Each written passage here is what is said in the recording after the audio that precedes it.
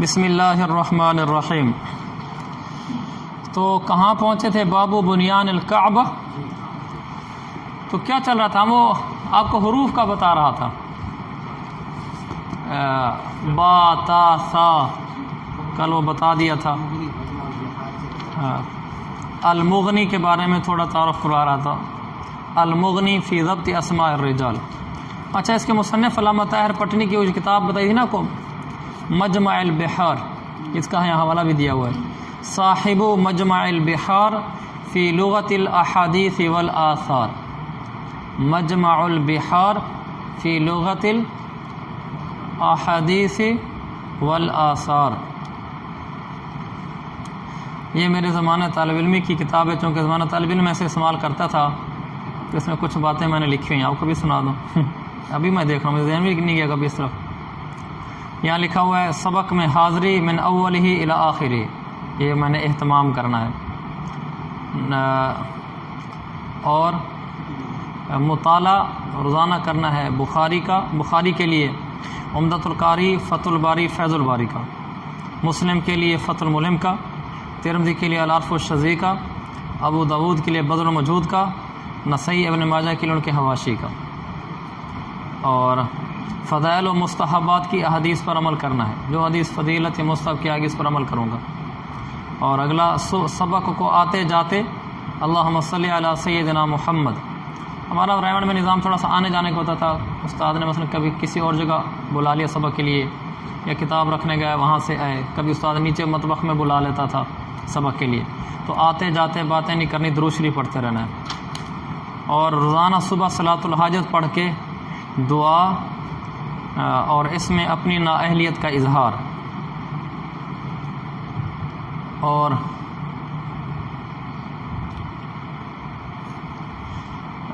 تہجد، اشراق، چاشت، اوابین وغیرہ نوافل کا غایت اہتمام۔ یہ باتیں ہیں، اللہ تعالیٰ قبول فرمائے۔ اچھا،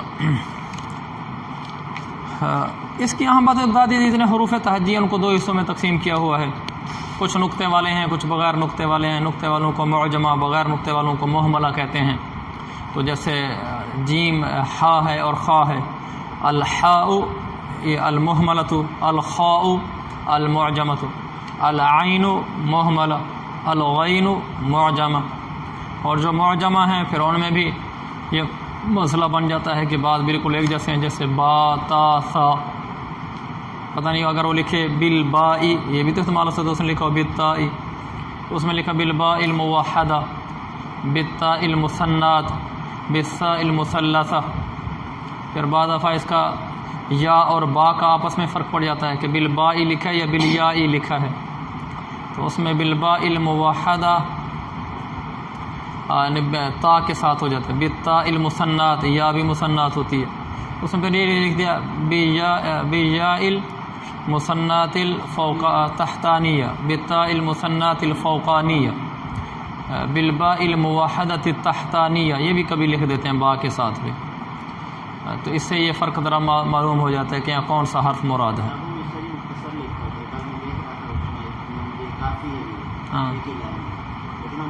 ہاں، یہاں بھی نا مختصر لکھتا ہے وہ، کیونکہ جب ایک آدمی اس فن سے گو تھرو ہو جاتا ہے نا، چل جاتا ہے، پھر ہر بات پر اتنی پوری وضاحت وہ ضرورت نہیں سمجھتا، دیکھا نا۔ جیسے اچھا کبھی یہ ہوتا ہے کہ جو اس میں اہم ہے وہی لکھ دیتا ہے، التحاوی بفتح طاء، اچھا یہاں اس نے یہ نہیں لکھا بفتح طاء المہملہ، کیونکہ امام طحاوی کا نام اتنا مشہور ہے کہ اس میں یہ تو احتمال ہی نہیں کہ زہاوی ہوگا، لہذا اس نے طاء المہملہ نہیں لکھا بفتح الطاء، کیونکہ زیادہ یہ ہے یہ تحاوی ہے یا تحاوی ہے۔ اچھا آگے جو شاہ ہے، ہا ہے، یہ تحاوی ہے یا تحاوی ہے، تو اس نے صرف اتنا لکھا بفتح طاء وخفۃ ہاء، بس ضبط پورا ہو گیا، باقی نہیں لکھا، اس لیے کہ باقی کی ضرورت ہی نہیں محسوس کر رہا، وہ جہاں ضرورت ہو وہاں لکھتا ہے۔ اچھا آگے ایک اور لکھا اس نے، زمام، زمام بن ثعلبہ بکسر ضاد وخفۃ میم، بے زمام ہے، زمام نہیں ہے، تو جہاں زیادہ محسوس کرتا ہے وہاں کرتا ہے۔ ابن طابہ بموحدۃ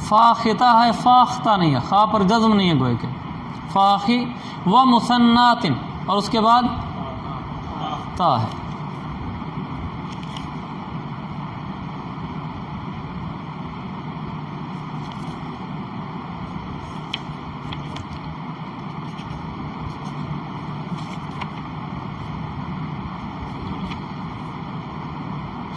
اچھا چلیں، یہ تو ہو گیا ضبط الاسماء، کہ جب کسی جیسے اوسیم ہے تو لڑکے نے پڑھ دیا و رواہ اوسیم، استاد اسے یہ کہنا چاہتا ہے، لڑکے نے پڑھ دیا رواہ عاصم، استاد اسے کہتے تھے ٹھیک کرو، تو یہ نہیں کہے گا بھی اس کے اعراب ٹھیک کرو، کیا کہے گا؟ اس کا ضبط ٹھیک کرو، کیونکہ اعراب تو کلمے کا آخر ہوتا ہے۔ تو ضبط کے بارے میں المغنی، اور پھر جو مترادفات ہیں، جیسے دو نام ایک جیسے ہوتے ہیں، جیسے خراش ہے، حراش ہے، تو اس طرح کے نام کے لیے ابن معقولہ کی کتاب الاکمال، شاباش، یاد کیا ہوا ہے۔ مغنی علامہ طاہر پٹنی کی، جو مجمع البحار کے مصنف ہیں، مجمع البحار فی لغت الاحادیث والآثار۔ اچھا، یہ تو آپ کو میں نے بتایا کہ راوی کے نام کے بارے میں، راوی کا نام دیکھنا ہو تو آپ اس کے لیے اسماء الرجال کی کتب دیکھیں گے۔ ایک ہوتا ہے حدیث کا مشکل لفظ دیکھنا ہے، تو وہ کل بتاؤں گا۔ آج تو چونکہ یہ کتابیں آئی ہوئی ہیں، پھر نام تو نہیں لیتا، ریکارڈنگ میں نام نہ آ جائے کہ ہمیں ساتھی کہہ رہے ہیں کتابیں کل پھر دوبارہ لانی پڑیں گی، تو اس لیے آج ہی بتا دیتا ہوں۔ نہیں ہو سکتا ہے یہ ریکارڈنگ چل جائے، آگے زیادہ ساتھی سنیں، پھر وہ کہیں گے دیکھو آپ نے اس کا نام لے دیا تھا، نام لے دوں، اس سے کیا فرق پڑتا ہے؟ چلیں ویسے، لیکن اچھی رائے دی ہے ساتھی نے۔ ہاں بھائی، یہ وہ کتاب ہے اصول تخریج و دراست الاسانید، اصول تخریج و دراست الاسانید، تخریج حدیث اور دراست اسانید کے اصول۔ تخریج حدیث کا حوالہ بیان کرنا، دراست الاسانید سند پر حکم لگانا، لفظی ترجمہ سند کا مطالعہ کرنا کہ سند کیسی ہے، اس کے مطابق پھر سند کا حکم لگانا۔ اگر آپ ایک دفعہ اس کو پڑھ لو تو آپ کو علم حدیث سے بہت اچھی شدھ بود حاصل ہو جائے گی، بہت اچھی۔ اور یہ کوئی ایسی موٹی کتاب بھی نہیں ہے، مناسب سی ہے۔ مکتبہ الرحیم اکیڈمی ہے کوئی کراچی کی، لیکن یہ عام مل جاتی ہے، بہت سارے کتب خانوں والوں نے اس کو چھاپا ہے، بہت ساروں، تو ایک دفعہ آپ اس کو پڑھ لیں۔ اچھا، آگے چل رہی تھی وہ بات اسماء الرجال کے بارے میں، تو میں آپ کو بتایا تھا کہ اسماء الرجال بہت وسیع فن ہے، بہت وسیع فن ہے، اور بہت ہی وسیع فن ہے۔ اس میں حنفیوں کے راوی الگ جمع کیے ہوئے ہیں، شافیوں کے الگ، حنبلیوں کے الگ، مالکیوں کے الگ، اور پھر مصر والے الگ، قاہرہ والے الگ، تونس والے الگ، دمشق والے الگ، اس طرح الگ الگ راوی۔ اور پھر وہ راوی جو محدث بھی تھے، مفسر بھی تھے، اور وہ راوی جو محدث بھی تھے، فقہا بھی تھے، اور وہ راوی جنہوں نے صرف صحیح بخاری کی حدیثیں نقل کی ہیں، وہ راوی جنہوں نے مسانید کو روایت کیا ہے، اور جی ہاں وہ راوی جن کے نام ایک جیسے ہیں۔ اس طرح ایک بڑا وسیع میدان ہے۔ پھر وہ راوی جو فلاں صدی کے تھے، مثلا دوسری صدی کے راوی، تیسری صدی کے راوی، چوتھی صدی کے راوی، اس طرح صحابہ کے پھر علیحدہ، پھر ان کے تابعین کے علیحدہ، ان کے معجم التابعین علیحدہ ہے، صحابہ کی علیحدہ ہے۔ بعضوں نے صرف عورتوں کو جمع کیا کہ جو عورتیں راویات گزری ہیں، یعنی ایک ایسا، بعضوں نے صرف ضعیف لوگوں کو الگ کیا، اور بعضوں نے ثقہ لوگوں کو الگ کیا، صرف ان کی کتاب میں ثقہ راوی کا ترجمہ بیان کیا۔ تو ایک لمبا وسیع میدان ہے۔ تو ہم اس کو شروع کرتے ہیں صحابہ سے، کہ بعض نے صحابہ کو الگ کیا، اپنی ایسی کتابیں لکھی جس میں صرف صحابہ کی، یہ بڑی اہم بات ہے، آپ کو انشاءاللہ زندگی بھر نفع دے گی۔ اس لیے صحابہ کے بارے میں تو کثرت سے آدمی طلبگار رہتا ہے کہ یار یہ اس نام کا کوئی صحابی تھا یا نہیں تھا۔ مثلا کسی کا نام سلمان ہے، وہ پوچھے یہ سلمان کی صحابہ کا نام، کی صحابی کا نام ہے یا نہیں، اس طرح کے سوالات نا ذہن میں اٹھتے ہیں۔ تو ایسا آدمی پھر معلوم کرنا چاہتا ہے تو اس کے لیے صحابہ پر جتنی کتابیں لکھی گئی ہیں ان کو دیکھ لیں۔ اس میں سارے صحابہ جو تھے تقریباً سب صحابہ ہی لکھ دیے ہیں جو معلومات میں آ سکے، جن کے تو نام ہی نہیں معلوم ہو سکے ایسے تو یقیناً ہوں گے، لیکن جو معروف تھے نام آ سکے ان کا صرف نام نہیں لکھا، ترجمہ لکھا۔ ترجمہ کرنا اس کی پوری زندگی موٹی موٹی لکھنا، پورا تعارف لکھنا گوئے گا، ان کا پورا ترجمہ لکھتے ہیں، موٹی موٹی پوری سوانح لکھتے ہیں۔ تو اس کے لیے جو سب سے زیادہ مشہور کتاب ہے وہ دو ہیں، اور دونوں کے مصنفین بڑے بلا کے مشہور ہیں۔ جو سب سے زیادہ مشہور ہے وہ اسد الغابہ ہے، اسد الغابہ فی معرفت الصحابہ، یہ ہے۔ یہ ویڈیو ریکارڈنگ نہ کرا لیا کریں تاکہ اگلوں کو سہولت بھی ہو. کتاب کا نام بھی دکھلا دیتے تھے. ہاں یہ دیکھو یہ ویڈیو میں آتی کتنی صاف لڑکوں کو نظر آتی, فائدہ بھی ہوتا اور پتہ نہیں اگلے دن ویسے ریکارڈنگ بند بھی ہو جاتی ہے. بس کرو. یہ ابن الاثیر الجزری بہت مشہور آدمی ہے. ابن الاثیر الف با تا سا سا یہ والی سا. ابن الاثیر الجزری اسد الغابہ فی معرفت الصحابہ. ٹھیک ہو گیا. جزری. اچھا دوسری ہے, یہ مشہور کتاب ہے, پتہ نہیں میرے خیال میں ہوگی کہ 4-5-6 جلدوں میں, مختلف کتب خانوں والا مختلف میں چھاپی ہے. استفادہ تو کرتا رہتا ہوں لیکن جلدیں یاد نہیں, اتنی جلدیں تقریباً ہیں. اچھا دوسری ہے الاصابہ. الاصابہ سواد کے ساتھ, یہ دیکھو الاصابہ فی تمییز الصحابہ. وہ تھا اسد الغابہ فی معرفت الصحابہ, صحابہ کی پہچان میں. یہ ہے الاصابہ فی تمییز الصحابہ, صحابہ کو جدا کرنے میں کہ یہ راوی صحابی ہے, عام راوی نہیں ہے. تو الاصابہ فی تمییز ابن حجر کی ہے. ابن حجر تو بابا پھر علم حدیث کا شاید کوئی فن نہیں ہے جس پر اس کی کتاب نہ ہو. ابن حجر الاصابہ. اس میں یہ بھی فائدہ ہوتا ہے کسی صحابی کے بارے میں, مثلا ایک آدمی اپنے بیٹے کا نام, جیسے میں نے بیٹے کا نام زکوان رکھا ہوا ہے. اب لوگ پوچھیں نا زکوان صحابی کا کیا تعارف ہے, تو آدمی یہاں دیکھ لے زکوان کا پورا تعارف لکھا ہوگا. یہ اسی طرح آدمی اب لوگوں کو شوق ہے اپنے بیٹوں کا نام یونیک نیم رکھیں, منفرد نام رکھیں, تو اس کی فہرست میں نا آخر میں سارے صحابہ کے نام دیے ہوتے ہیں. فہرست جو ہوئی نا آخر, تو آپ فہرست کو دیکھنا شروع کر دیں. صحابہ کے نام مت جائیں گے, جو نام اچھا لگے اس کو رکھ لیں اور پیچھے سے اس کا ترجمہ بھی دیکھ لیں تو آپ کا ہو جائے گا, آپ کو صحابی کا تعارف. ویسے بھی ہم نام رکھ سکتے ہیں ترجمہ آگے پیچھے. ہاں ترجمہ کسی صحابی کا جو بھی بنتا ہو صحابی کا نام رکھ سکتے ہیں, اس لیے کہ وہ نام دربار رسالہ سے پاس شدہ ہے, اس لیے کہ انوارات و برکات سے بھرا ہوا ہے. پھر یہ جو اس کا معنی ٹھیک نہیں بنتا نا, وہ اس لیے ٹھیک نہیں بنتا کہ ہمارا مطالعہ ناقص ہوتا ہے. ہماری لغات والے ایک معروف لفظ ہوتے ہیں وہ لکھ دیتے ہیں, باقی لکھتے ہیں. دیکھو جیسے حضرت معاویہ رضی اللہ عنہ کے نام کے بارے میں ایک نامناسب معنی بھی بنتا ہے, معاویہ کا معنی غالباً کتے کا بھونکنا ہے یا کتا ہے, نعوذ باللہ اس طرح کوئی ہے. لیکن معاویہ کے اور کئی معنی ہیں. معاویہ کا معنی ایک روشن ستارہ بھی ہے, معاویہ کا معنی تو اچھا معنی بھی ہے. جب علماء نے دیکھا کہ اس طرح اعتراض ہو رہا ہے تو انہوں نے تحقیق کرنا شروع کر دی. ایک کتاب ہے پوری, تحقیق اسم معاویہ, پوری یہ کتاب ہے. دیکھو مضمون کتنا چھوٹا سا ہے, نام معاویہ کی تحقیق, اور اس پر انہوں نے کتاب لکھ ڈالی. تو میں نے کتاب خود دیکھی, انہوں نے بڑی تفصیل سے لکھا معاویہ کا اصلی مادہ کیا ہے, اس سے کیا کیا اس مشتق ہوئے ہیں اور اس کے کیا کیا معانی ہیں, سب لکھے. اس میں مثلا کئی معانی لکھے ہیں لغات کے حوالے سے. ان میں سے ایک نام مجھے یاد رہ گیا, معنی یاد رہ گیا, روشن ستارہ. تو بعض دفعہ بظاہر معنی اچھا نہیں ہوتا, لیکن بظاہر اس لیے اچھا نہیں ہوتا کہ عام لغات میں نہیں ہوتا, لیکن اگر اس کی تفصیلی تحقیق کی جائے تو نکل آتا ہے. ایک ہی جلد میں کون سی؟ ہاں الاصابہ کی بھی ایسے کوئی 4-5 ہوں گی, 5-6 ہوں گی تقریباً. الاصابہ فی تمییز الصحابہ, کی صحابی کے بارے میں معلوم کرنا دھیان سے کر لیں. اگر تم میں سے کوئی لڑکا یہ کام کر لے تو اچھی بات ہے. کسی وقت اپنے فارغ وقت میں اسد الغابہ یا الاصابہ کے آخر میں نام کی فرض کھولے اور کچی پین سے لے کے بیٹھ جائے. جو بھی منفرد نام ہے نا, یعنی وہ نام عام طور پر نہ ہو اور تھوڑا سا دل کو کھینچتا بھی ہو, اس پر کچی پین سے ٹیک نشان لگاتا جائے. پھر وہ نام سارے کسی کاغذ پر لکھ لے, اوپر عنوان دے دے صحابہ کے منفرد نام. تو وہ کسی کاغذ پر لکھ لے, اس کا فوٹو کھینچ کے استعمال کیا جا سکتا ہے. مثلا کسی استاد کے موبائل سے آپ اس کا فوٹو کھینچ لیں, مجھے وہ واٹس ایپ کر دیں, پھر اس کو آگے چلا دیں گے صحابہ کے منفرد نام, PDF بنا دیں. اور اس کی PDF بن جائے. لیکن یہ اپنا چھٹیوں میں کر لیں, فراغت کے وقت میں, تو ایک اچھی سی چیز جمع ہو جائے گی. چلیں اچھا.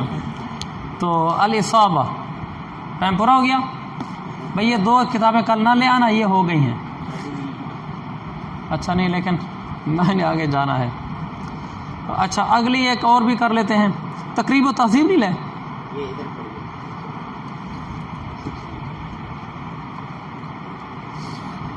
تقریب و تہذیب یہ میرے پاس اپنی بھی میری گم ہو گئی, میں بڑی ڈھونڈتا رہا, پتہ نہیں کہاں گئی ہو. میں نے کافی ڈھونڈی, میں نے کپڑے لے جاؤں گا. 2 ایک سال میں لی تھی, تو یہ بڑی اچھی تقریب و تہذیب نا ابن حجر عسقلانی رحمۃ اللہ علیہ کی ہے. یہ 2 جلدوں میں ہے. میرے پاس جو تھی وہ ایک ہی جلد میں ہے. وہ تو جس کتب خانے والا جتنی میں چھاپ دے. اس میں نا میں چاہتا تھا میں آپ کو تھوڑا سا اس کا نا کل تعارف کرواؤں کھول کر اندر سے. ابھی تو ایسے پڑھ کے اوپر سے نام بتائیں نا, اندر کی صحابی کا نام کھولیں پھر آگے بتائیں. چلو صحابہ میں تو کوئی نہیں, وہ صحابہ کا سوانح لکھے گا, لیکن تقریب و تہذیب تو اسماء الرجال کی کتاب ہے. یعنی جب آپ کسی راوی کے بارے میں دیکھنا چاہتے ہیں کہ راوی ثقہ ہے, ضعیف ہے, کیسا ہے, تاکہ اس کی بنیاد پر پھر سند کا حکم لگے, وہ تو پھر اسی سے لگے گا نا کہ آپ کتاب میں دیکھیں گے ثقہ ضعیف تو کیسے دیکھتے ہیں اور اس کے لیے کیا کیا الفاظ وہ استعمال کرتے ہیں. یہ ایک اصطلاحی چیزیں ہوتی ہیں جن کو سمجھنا چاہیے. تو کل میں آپ کو نا تھوڑا سا تقریب و تہذیب کے بارے میں بتا دوں گا. تو آپ صرف ایک کتاب بھی لے لینا, تقریب و تہذیب, 2 جلدوں میں بھی, 1 جلد میں بھی ہے. میں نے اس کے میرے پاس ایک والی ہے. تو آپ کو تقریب و تہذیب سے بھی اگر اچھا, اگلی بات اگر میں آپ کو کتابوں کا تعارف کرا بھی دوں اسماء الرجال کا, اندر سے کھول کے میں تمہیں نہ بتاؤں, جس دن تم کھولو گے تم سر پٹا جاؤ گے. کیونکہ یہ کوئی نحو کے مطابق عربی لکھی ہوئی نہیں, یہ تو اصطلاح کے مطابق لکھی ہوئی ہے. نہیں کہ عربی آتی ہے تو یہ بھی آپ سمجھ جائیں گے. یہ ایسے جیسے آپ المغنی اگر پڑھتے ہیں اور اس کو میں نہ عرض کرتا, طریقہ بتاتا اس کا, تو آپ اندر دیکھ کے پریشان ہو جاتے کہ یہ کیا لکھا ہوا ہے. اس لیے کہ یہ کوئی نحوی لحاظ سے تو عربی نہیں لکھی ہوئی نا, یہ مطلب یہ تو لکھی ہوئی ہے نا اصطلاحی لحاظ سے. محض نحو جانا تو کافی نہیں ہے, اصطلاح بھی آنا ضروری ہے. تو اصطلاح معلوم ہونا ضروری ہے. تو کل میں آپ کو تقریب و تہذیب کے بارے دوں گا, کیونکہ اگر یہ آپ کس کے اندر کا اسلوب معلوم نہ ہوا, پھر آپ پہچان بھی لینا یہ بات کہ یہ اسماء و روات کی کتاب, اس میں لکھا ہوتا ہے راوی کیسا ہے, تو بھی آپ اس کے اندر کے لفظ دیکھ کر آپ کو سمجھ ہی نہیں آئے گا کہ یہ کیا لکھا ہوا ہے. وہ ایک لفظ لکھ دے گا تو پھر آپ آگے کہیں گے کہ یار دیکھو نا لکھا ہوا محمد بن قدامہ کوفی مستور من السابعہ تمہیز, بس راوی کے حالات ختم ہو گئے, آپ کو سمجھ بھی نہیں آئے گا. محمد بن قدامہ کوفی مستور من السابعہ تمہیز, من السابعہ تمہیز, بس ختم ہو گیا. اب آپ کو نہیں پتہ چلا کہ ثقہ ہے, ضعیف ہے, حسن ہے, صحیح ہے, اور اس نے اس کے بارے میں کیا کچھ لکھ دیا ہے, کچھ بھی پتہ نہیں چلا. من السابعہ 7ویں سال میں فوت ہو گئے تھے, کیا ہوا تھا, 7 ہجری میں فوت ہوئے تھے, یہ کیا مطلب ہے سابعہ کا. تو یہ باتیں انشاءاللہ کل میں آپ سے عرض کروں گا. السلام علیکم ورحمۃ اللہ.